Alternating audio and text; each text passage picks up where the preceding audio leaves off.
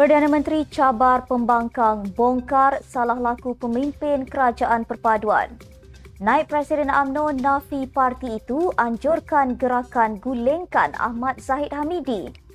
Penganalisis dakwa Pakatan Harapan bakal tanggung kesan hukuman Najib pada PRU16. Peguam Jenayah Gesa Peguam Negara dedah nasihat diberikan berhubung hukuman Najib Razak.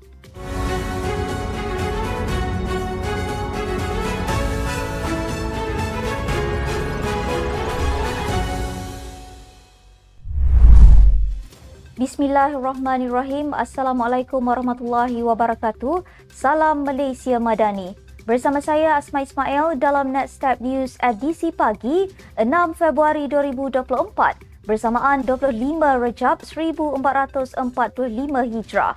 Sebelum itu jangan lupa untuk subscribe YouTube Netstep TV dan follow Facebook Netstep Malaysia.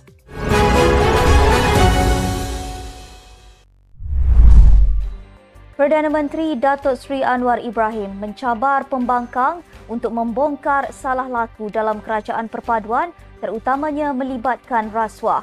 Beliau turut memberi jaminan tidak akan melindungi atau mempertahankan pemimpin itu sekiranya didapati bersalah. Katanya isu ketirisan di Malaysia masih belum dihapuskan sepenuhnya dan ia amat merugikan rakyat dan negara. Ketirisan itu menyebabkan negara kehilangan hasil antaranya seperti minyak mentah dan diesel kerana wujud kelompok kecil yang meneruskan jenayah terbabit. Beliau berkata wang yang diselamatkan daripada aktiviti rasuah dan ketirisan amat bermakna kerana boleh disalurkan demi kepentingan rakyat. Naib Presiden UMNO Datuk Seri Mohamad Khalid Nordin menafikan terdapat gerakan menggulingkan Datuk Seri Dr. Ahmad Zahid Hamidi yang didakwa didalangi ketua-ketua bahagian parti itu. Katanya, beliau tidak tahu bagaimana dakwaan itu timbul ketika pucuk pimpinan parti sedang berusaha menyelesaikan isu berbangkit termasuk pengampunan Datuk Seri Najib Razak. Terdahulu, Ahli Majlis Kerja Tertinggi MKT UMNO Datuk Seri Ahmad Maslan dilaporkan turut menafikan dakwaan terdapat usaha menggulingkan Ahmad Zahid oleh ketua-ketua bahagian parti itu. Ahmad Maslan dilaporkan berkata, Ahmad Zahid yang juga timbalan Perdana Menteri itu sudah berusaha sebaiknya bagi mendapatkan pengampunan penuh terhadap Najib yang juga bekas presidennya yang sedang menjalani hukuman penjara selama 12 tahun. Jumaat lalu, Lembaga Pengampunan Wilayah-Wilayah Persekutuan Kuala Lumpur, Labuan dan Putrajaya kali ke-61 dilaporkan memutuskan hukuman ke atas Najib diberikan pengurangan 50% bagi hukuman dan denda yang perlu dibayar. Sekumpulan bekas pekerja dan pelabur pelbagai negara menyaman pengerusi Petra Group Vinod Sekhar dan isterinya Vaini Yep atas dakwaan penipuan, salah nyata, pelanggaran kontrak dan pengakuan hutang. Peguam kepada plaintiff berkata mereka mungkin akan memanggil Perdana Menteri Datuk Seri Anwar Ibrahim sebagai saksi. Menurut peguam itu, plaintiff mendakwa Vinod tidak mendedahkan dia telah muflis ketika melobi untuk mendapatkan pelaburan mereka. Plaintiff daripada seluruh dunia termasuk Amerika Syarikat, Panama, United Kingdom, Dubai dan Thailand mendakwa Vinod memujuk mereka untuk melabur dalam perniagaan green rubber namun tidak memaklumkan mereka berkenaan status muflisnya ketika itu. Plaintiff menuntut ganti rugi di bawah 30 juta ringgit termasuk faedah. Vinod sebelum ini pernah menyatakan dia sudah lama bersahabat dengan Datuk Seri Anwar. Ketiadaan beberapa ketua UMNO di peringkat bahagian dalam perjumpaan tertutup bersama Presiden mereka Datuk Seri Dr. Ahmad Zahid Hamidi di Ibu Negara dipercayai berpunca daripada rasa kecewa mereka terhadap keputusan Lembaga Pengampunan Wilayah Persekutuan.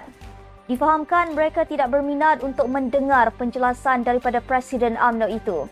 Semalam, Ahmad Zahid mengadakan pertemuan dengan ketua-ketua bahagian UMNO bagi memberi penjelasan berhubung keputusan Lembaga Pengampunan terhadap hukuman ke atas Najib. Seramai 145 daripada 191 ketua bahagian menghadirkan diri dalam pertemuan yang berlangsung di Pusat Dagangan Dunia WTC Kuala Lumpur itu. Ia menjadikan seramai 46 ketua bahagian tidak menghadirkan diri.